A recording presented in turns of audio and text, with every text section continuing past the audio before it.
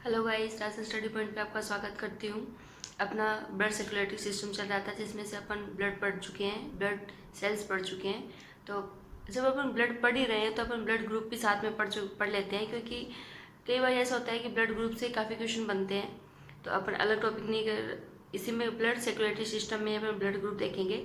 तो उसके बाद आपका हार्ट रहता है, वो अपन नेक्स्ट वीडियो में देख लेंगे, क्योंकि आपका हृदय की संरचना समझानी है आपकी, उसकी क्रियाविधि, तो वो काफ़ी लंबा टॉपिक है। तो अपन वो अलग से एक वीडियो बनाएंगे उसके लिए। तो आज अपन ब्लड ग्रुप स्टार्ट करेंगे। तो ब्लड ग्रुप क्या है, आरएस फैक्टर क्या है, ब्लड बैंक क्या है, वो सब देखेंगे। तो अपन स्टार्ट करते हैं। ब्लड ब्लड ग्रुप, ठीक है, रक्त समूह है।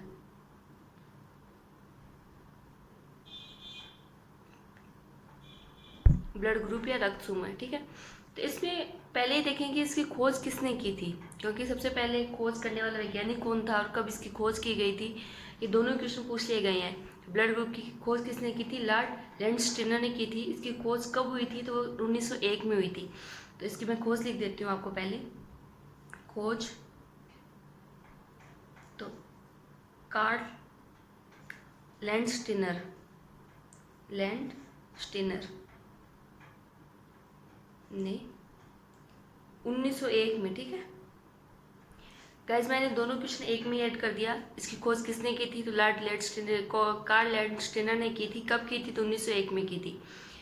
अब इसने ये कितने भागों में व्यक्त किया, लेकिन उससे पहले सबको पता है ए बी और ओ, चार टाइप होते हैं ब्लड ग्रुप के। लेकिन ये ध्यान रखना होगा किसके आधार पे इसने इसे विभक्त किया है, फिर डिवाइड किया। तो वो आपको एंटीजन है, एंटीजन एंटीबॉडी आपने सुना होगा नाम, लेकिन वो किसके आधार पे ब्लड ग्रुप को डिवाइड करता है? तो एंटीजन के आधार पे ब्लड ग्रुप को डिवाइड करता है। कितने भागों में? 4 भागों में। वो अपन लिख लेते हैं कि एंटीजन या फिर प्रतिजन, प्रतिजन लिख दो या फिर एंटीजन लिख दो, एक ही बात है, एंटीजन, ठीक है, के आधार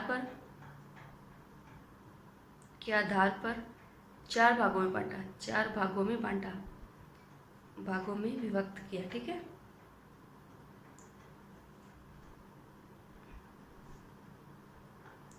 किसे किया गया? ब्लड ग्रुप को किया गया। कौन कौन से? ए बी ओ, ठीक है। तो यहाँ पे लिख देती हूँ ए बी और ओ। ये ओ समूह बोल सकते हैं, इसे शून्य समूह बोल सकते हैं, क्योंकि ओ खाली है एकदम, इसमें एंटीबॉडी नहीं पाई जाती, सॉरी एंटीजन नहीं पाया जाता इसमें। तो आपको ये शून्य ग्रुप भी ये बोल सकते हैं, फिर ऐसे ओ ग्रुप भी बोल सकते हैं, कोई दिक्कत नहीं है। तो पहले इसकी टेबल देखेंगे कि इसमें कौन से एंटीजन पाए जाते हैं, किस में कौन सा एंटीजन है, किस में कौन सा एंटीबॉडी है। तो यहाँ पे बनाते हैं अपन table. Serial number, blood group, ठीक है, एंटीजन और एंटीबॉडी, ठीक है। अब पहला ब्लड ग्रुप क्या क्या है? ए है। तो पहले अपन ए को देखते हैं। ए है तो एंटीजन ए होगा इसमें, तो एंटीजन अपन लिख देते हैं ए, और एंटीबॉडी आपकी स्मॉल ए होगी। गाइस, एंटीजन को आपको कैपिटल लेटर में लिखा जाता है और एंटीबॉडी को स्मॉल लेटर में लिखा जाता है, ये चीज़ आप ध्यान रखोगे, क्योंकि कई बार आपको कंफ्यूज करने के लिए एंटीजन को स्मॉल लेटर में लिख देते हैं, वो एंटीबॉडी है आपकी। तो एंटीजन ए में, सॉरी ब्लड ग्रुप ए है, तो वहाँ पे एंटीजन कैपिटल ए एंटीजन आपकी और स्मॉल ए एंटीबॉडी आपकी, ठीक है। बी देखते हैं, सेकंड देखते हैं आपका बी। तो यहाँ पे एंटीजन कौन सा होगा? बी होगा, और यहाँ पे एंटीजन स्मॉल बी होगा, ठीक है। थर्ड आपका देखते हैं ए बी, और फोर्थ आपका है ओ या फिर शून्य ग्रुप। अब इन दोनों में देखना है कि किस में एंटीजन नहीं होता, किन से एंटीबॉडी नहीं होता। ए बी है आपका, ठीक है।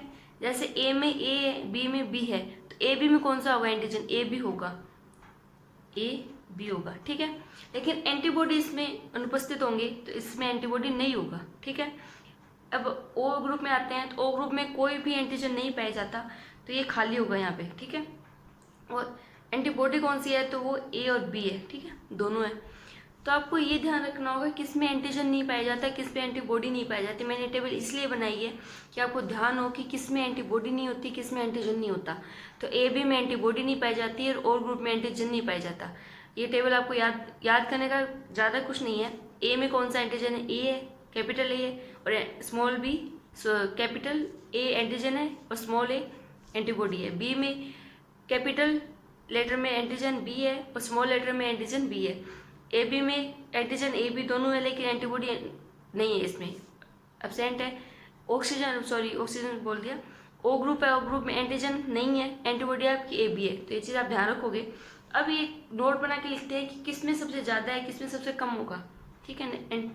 तो आपके भारत में सबसे ज़्यादा कौन सा ब्लड ग्रुप पाया जाता है और सबसे कम कौन सा ब्लड ग्रुप पाया जाता है, ये क्वेश्चन पूछ लिया गया है पीछे के एग्जाम में कि भारत में कौन सा ब्लड ग्रुप सबसे ज़्यादा है, तो बी पॉजिटिव है। अपन बोलते हैं ना बी पॉजिटिव रहो, तो इसलिए मैंने आपको थोड़ा सा हिंट दिया है याद करने के लिए कि अपन भारत वाले बोलते हैं कि बी पॉजिटिव।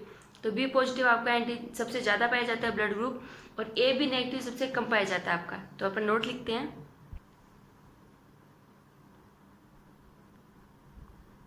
ठीक है। पहले अपन भारत में देखेंगे, उसके बाद अपन विश्व में देखेंगे। तो भारत में कौन सा बी पॉजिटिव है, भारत में सबसे ज़्यादा बी पॉजिटिव है, बी पॉजिटिव है, सबसे कम ए बी नेगेटिव है। A B negative blood group है, ब्लड ग्रुप मिलता है, ठीक है। भारत में बी पॉजिटिव सबसे ज़्यादा है और सबसे कम क्या है, ए बी नेगेटिव है। तो विश्व में देख लेते हैं, विश्व में सबसे ज़्यादा कौन सा है और विश्व में सबसे कम कौन सा है। तो विश्व में कौन सा है, ओ पॉजिटिव सबसे कम है और सबसे ज़्यादा ओ पॉजिटिव है और सबसे कम ए बी नेगेटिव है। तो यहाँ पे विश्व का भी लिख देती हूँ आपको। विश्व में सबसे ज़्यादा ओ पॉजिटिव व सबसे कम A B negative blood group मिलता है, ब्लड ग्रुप मिलता है, ठीक है। भारत में सबसे ज़्यादा बी पॉजिटिव है, विश्व में सबसे ज़्यादा ओ पॉजिटिव है, सबसे कम दोनों में सेम है, ए बी नेगेटिव है। अब इसका देखते हैं कि परसेंटेज कितना है विश्व में। विश्व में भारत के अकॉर्डिंग ब्लड ग्रुप का परसेंटेज कितना है, कितना परसेंट ए बी पाया जाता है, कितना परसेंट ए पाया जाता है, कितना बी है और कितना ओ परसेंट है भारत में विश्व के अकॉर्डिंग। तो ये क्वेश्चन आपसे पूछ लिया गया है कि सबसे ज़्यादा विश्व में परसेंटेज किसका है, कौन से ग्रुप का है। तो आपको बी पॉजिटिव का है, तो वो अपन लिखते हैं नेक्स्ट। तो अपन नेक्स्ट टॉपिक लिखते हैं कि विश्व के आधार पर, विश्व के अनुसार भारत में ब्लड ग्रुप का परसेंटेज, भारत में ब्लड ग्रुप या रक्त समूह ग्रुप का प्रतिशत मान, ठीक है, प्रतिशत कितना परसेंटेज क्या है। तो आप लिख देते हैं ए बी और ओ, ठीक है। ए कितना परसेंट है, तो वो आपको 25% है, ठीक है। बी आपका 35% है, ए बी आपका 10% है और ओ आपका 30% है, ठीक है। तो आपको ये सीरियल में दे सकता है कि इसके परसेंटेज के अनुसार ब्लड ग्रुप को सेट कीजिए। तो सबसे ज़्यादा आपका बी ग्रुप है, फिर आपका ओ ग्रुप है, फिर ए ग्रुप है, फिर ए बी ग्रुप है, ठीक है। तो ये चीज़ आप ध्यान रखना होगा। सबसे ज़्यादा आपसे पूछ लिया गया है, सबसे कम आपका ए बी का है 10% है, सबसे ज़्यादा आपका बी का है 35% है, ये आप ध्यान रखोगे। तब ये देखते हैं कि बनता किससे है, किससे बने होते हैं ब्लड ग्रुप, तो वो देखते हैं। तो मैंने आपको पीछे बताया कि एंटीजन के आधार पर आपके ब्लड ग्रुप को डिवाइड किया गया है। तो अब हम एंटीजन देखते हैं कि एंटीजन एंटीबॉडी किससे बने होते हैं। तो गाइस मैं नोट में ही लिख रही हूँ आगे कि एंटीजन एंटीबॉडी एंजाइम सब प्रोटीन से मिलकर बने होते हैं। तो मैं ये लिख देती हूँ आपको, एंटीजन प्रतिजन आपकी प्रतिरक्षी जिसे आपको एंटीबॉडी बोलते हैं, और एंजाइम, ठीक है। एंजाइम प्रोटीन से मिलकर प्रोटीन से बने होते हैं, प्रोटीन से बने होते हैं, ठीक है। ये आप देख चुके हैं किससे बने होते हैं। तो ये आपको प्रोटीन से मिलकर बने होते हैं। कई बार पूछ लिया जाता है कि एंटीजन किसके बने होते हैं, तो आपको प्रोटीन से याद रखना है कि आपके एंटीजन आपके प्रोटीन के बने होते हैं। नेक्स्ट अपन देखते हैं कि एंटीजन किस किस तरह पे होता है और एंटीबॉडी किस किस तरह पे होता है, क्योंकि अपने ब्लड ग्रुप आप पढ़ने के साथ अपने पहले से ब्लड पढ़ चुके हैं कि आपके RBC है, WBC है, प्लेटलेट सब पढ़ चुके हैं। तो उससे आपको थोड़ा सा आपको कनेक्ट करने में आसान होगा कि एंटीजन कहाँ पे होगा और एंटीबॉडी कहाँ पे होगा। तो एंटीजन आपकी आरबीसी किस तरह पे स्थित होता है और एंटीबॉडी आपके रक्त या सीरम में पाया जाता है। ठीक है, तो मैं ये लिख देती हूँ आपको, एंटीजन आरबीसी किस सतह पर, आरबीसी किस सतह पर स्थित होता है, सतह पर स्थित होते हैं, स्थित होती है। ठीक है, तथा एंटीबॉडी कहाँ हो गया फिर आपकी, तो एंटीबॉडी रक्ताभ या फिर सीरम के सतह पर होगी, सीरम के सतह पर स्थित होती है, सतह पर स्थित होती है। ठीक है गैस, आप यहाँ पे कंफ्यूज हो रहे हैं कि रक्ताभ या फिर सीरम क्या है, तो ये आपको जब मैं आपको हृदय पढ़ाऊंगी उस टाइम आपको समझ में आएगा। तो यहाँ पे सिर्फ आपको नाम याद रखना है कि एंटीजन आपकी आरबीसी की सतह पर है और एंटीबॉडी आपकी रक्ताभ या फिर सीरम की सतह पर स्थित है। ठीक है, तो एंटीजन और एंटीबॉडी के आधार पर आपकी वैक्सीन तैयार की जाती है। जो आपके टीके लगते हैं वो किसके आधार पर तैयार करते हैं, तो वो आपके एंटीजन और एंटीबॉडी के आधार पर आपकी वैक्सीन तैयार होती है। तो ये भी लिख देती हूँ आपको कि एंटीजन व एंटीबॉडी, एंटीबॉडी के आधार पर वैक्सीन तैयार होती है। ठीक है, वैक्सीन तैयार की जाती है,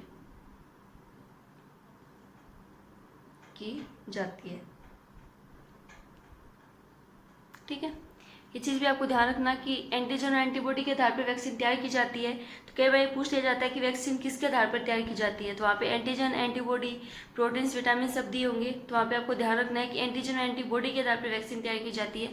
तो मैंने आपको कुछ टॉपिक, आपको कुछ पॉइंट आपको नोट में बताए, जैसे भारत में कितने परसेंटेज किसका सबसे ज़्यादा पाया जाता है, ब्लड ग्रुप कौन सा कम है, विश्व में कौन सा ज़्यादा है कौन सा कम है, परसेंटेज के आधार पर भारत में कितना ग्रुप है, और एंटीजन एंटीबॉडी किससे मिलके बने होते हैं, आपको कहाँ पे स्थित होते हैं और किसके आधार पर वैक्सीन तैयार होती है। जब हम देखें तो अपन पहले ही देखते हैं कि सबसे दाता कौन है, कौन सा ब्लड ग्रुप सबसे दाता है और सबसे ग्राही कौन सा ब्लड ग्रुप है, तो वो अपन देखते हैं।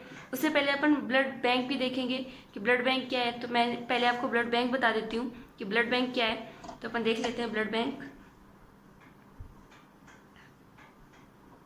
ब्लड बैंक इसमें आपको ज़्यादा याद करना नहीं है, इसमें सिर्फ ये रखना है कि ब्लड को किस में सुरक्षित किया जाता है, कितने दिन तक ब्लड बैंक में ब्लड रह सकता है। आपको दो ही क्वेश्चन है इसमें, दोनों आपको मैं लिखा देती हूँ कि रुधिर को सुरक्षित रखने के लिए आपको सोडियम नाइट्रेट मिलाया जाता है, उससे रुधिर सुरक्षित रहता है आपका, और इसे आपको 30 दिन तक सुरक्षित रखा जाता है ब्लड बैंक में। तो दोनों लिख देती हूँ आपको, रुधिर को सुरक्षित रखने के लिए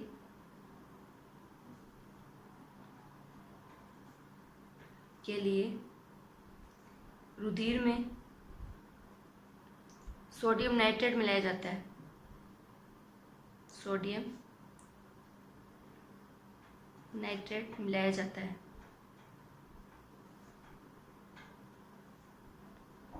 ठीक है, और ये कितने दिनों तक सुरक्षित रहता है, तो 30 दिनों तक सुरक्षित रखा जा सकता है, 30 दिनों तक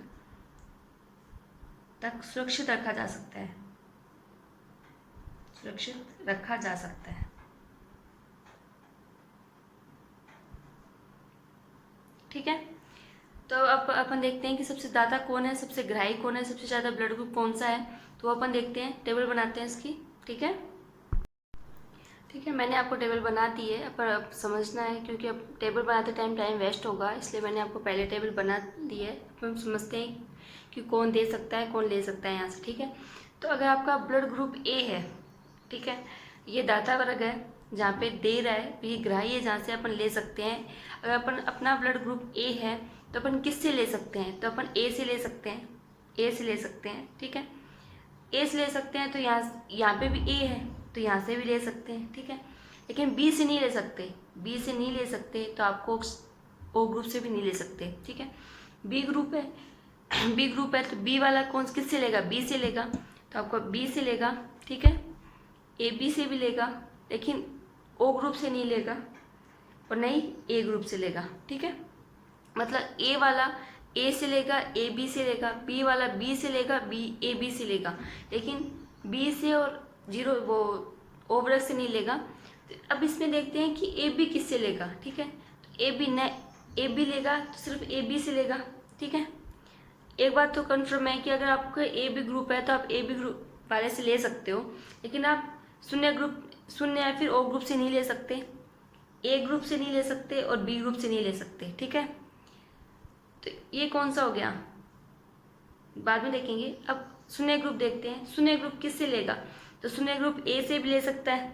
शून्य ग्रुप है, इसका मतलब शून्य ग्रुप में इसलिए बोल रही हूँ कि शून्य अगर ओ ग्रुप होगा तो आप सभी से ले सकते हो, ए ग्रुप से ले सकते हो, बी से ले सकते हो, ए बी से ले सकते हो और ओ ग्रुप से तो ले ही सकते हो। ठीक है, तो सबसे ज़्यादा ले कौन सकता है, ओ ग्रुप ले सकता है। किससे, ए से, बी से, ए बी से और ओ से।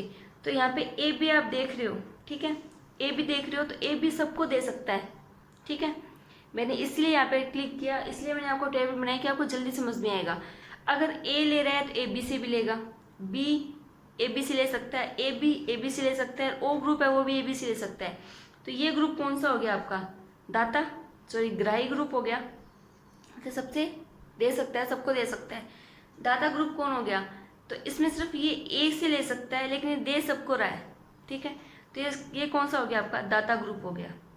मतलब सबसे ज़्यादा आप बोलते हैं कि सबसे ग्राही कौन है, सबसे ज़्यादा दे कौन सकता है, तो वो ए बी ग्रुप दे सकता है। सबसे ज़्यादा ले कौन सकता है, तो आपको ओ ग्रुप ले सकता है। ठीक है, ओ ग्रुप ले तो सबसे सकता है लेकिन दे नहीं सकता सबको, तो लेता सबसे है वो, लेकिन देता सिर्फ एक को ही है, वो आप खुद को ग्रुप को या फिर ओ या शून्य ग्रुप को देगा। तो सबसे ग्राही कौन हो गया आपका, ए बी हो गया, और दाता कौन हो गया आपका, ओ ग्रुप हो गया। ठीक है, ये चीज़ आप ध्यान रखोगे। अब अपन देखते हैं R H factor, R H कारक। ठीक है, अब देखते हैं आर एच कारक क्या है। तो क्योंकि आपको ब्लड ग्रुप के साथ साथ आपको आर एच फैक्टर भी पता होना चाहिए, क्योंकि आर एच फैक्टर के साथ ब्लड ग्रुप के साथ आर एच फैक्टर जुड़ते हैं, तो आर एच फैक्टर पढ़ते हैं अपन। आर एच फैक्टर देखते हैं, तो आर एच फैक्टर देखने के साथ इसकी खोज देखते हैं, खोज किसने की थी। जैसे ब्लड ग्रुप की खोज कार्ल लैंडस्टीनर ने की थी, तो उसके साथ एक व्यक्ति विलियर था, उनके साथ में मिलकर ये आर एच फैक्टर की खोज करते हैं। पर आपको सबसे ज़्यादा खोज देखना किसमें, किसके अंदर की गई इसकी खोज, वो आपको ध्यान रखना चाहिए। तो वो आपका मकाका रिस बंदर था, इसके अंदर आर एच फैक्टर की खोज की गई थी। तो मैं वो लिख देती हूँ आपको, मकाका रिसस, ठीक है, नामक बंदर में इसकी खोज की गई थी, नामक बंदर में इसकी खोज की गई, बंदर में इसकी खोज की गई, खोज की गई। ठीक है, कई बार ऐसा होता है कि मक्का रिसस नामक बंदर दे दिया जाता है कि इसके अंदर किसकी खोज की गई, तो वहाँ पे आपको ब्लड ग्रुप दे दिया जाएगा, आर एस फैक्टर दे दिया जाएगा, दोनों अन्य दे दिए जाएंगे। तो आपको ध्यान रखना होगा कि आर एस फैक्टर की खोज इस बंदर में की गई थी, उस बंदर का नाम क्या है, मकाका रिसस है। ठीक है, तो इसे आप ध्यान रखो, रिसस है ये। ठीक है, ध्यान रखोगे। अब इसमें ये देखते हैं कि इसमें कितने प्रकार के अमीनो अम्ल प्रकार के विटामिन पाई जाती है, प्रोटीन्स होती है। तो कितने प्रकार के प्रोटीन से मिलकर बना होता है आर एस फैक्टर, तो 417 है। तो आर एस कारक कितने, 417 अमीनो अम्ल एक प्रोटीन से मिलकर बना होता है। तो मैं यहाँ पे लिख देती हूँ, ये 417 अमीनो अम्ल से मिलकर बना होता है। अमीनो अम्लों का एक प्रोटीन है, ठीक है, का एक प्रोटीन है। ठीक, आपको ये पूछ सकता है कि कितने अमीनो अम्ल से मिलकर बना है, तो वो 417 है। ये आर एस फैक्टर क्या है, तो ये एक प्रोटीन है। ठीक है, अब इसमें ये देखते हैं कि मानव की किस तह पर पाई जाती है। तो ये जो ये प्रोटीन आपके मानव रक्त कणिकाएं पड़ी थी, जो आरबीसी डब्ल्यूबीसी प्लेटलेट्स थी, उनकी सतह पर मिलती है आर एस फैक्टर। तो ये भी आपको ध्यान रखना चाहिए कि ये प्रोटीन या फिर आर एस फैक्टर बोल दो, कुछ भी बोल दो, ये प्रोटीन मानव की रक्त कणिकाएं,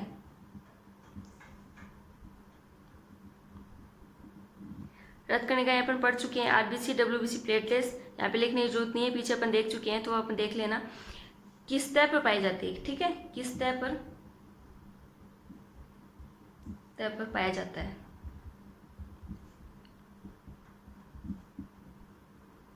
ठीक है, अब इसके आर एस फैक्टर के प्रकार कितने हैं, जैसे अपने ब्लड ग्रुप के 4 प्रकार थे, उसके इसी प्रकार आर एस फैक्टर के आपके 5 प्रकार है। प्रकार को आपको डिटेल से पढ़ने की जरूरत नहीं है, कोई नहीं पूछेगा, लेकिन आपको प्रकार पता होना चाहिए कि इसके प्रकार कौन कौन से हैं। तो मैं यहाँ पे प्रकार लिख देती हूँ आपको, प्रकार। ठीक है, तो ये 5 प्रकार का होता है, 5 प्रकार है इसके। फर्स्ट आपका, इसके आर एच के आगे नाम लिखे जाएंगे, तो आर एच डी है। सेकेंड आपका आर एच ई है। Third R H small E है। Fourth R H capital C है और आर एच स्मॉल सी है। ठीक है, स्मॉल सी है। Small C, capital D, small ई और कैपिटल ई। ठीक है, ये चीज़, ये 5 आपके आर एस फैक्टर के प्रकार हैं। ठीक है, नेक्स्ट अपन आपका ब्लड ग्रुप हो चुका है, आर एस फैक्टर हो चुके हैं। नेक्स्ट आपका हृदय रहा है, वो अपन नेक्स्ट वीडियो में देखेंगे। ठीक है, thank you so much. Channel को लाइक करें, शेयर करें, सब्सक्राइब करें। और अगर आपको इसकी PDF चाहिए तो मैं डिस्क्रिप्शन में वो टेलीग्राम लिंक दे दिया है, उसमें आप दे सकते हो। ठीक है, thank you so much, thank you.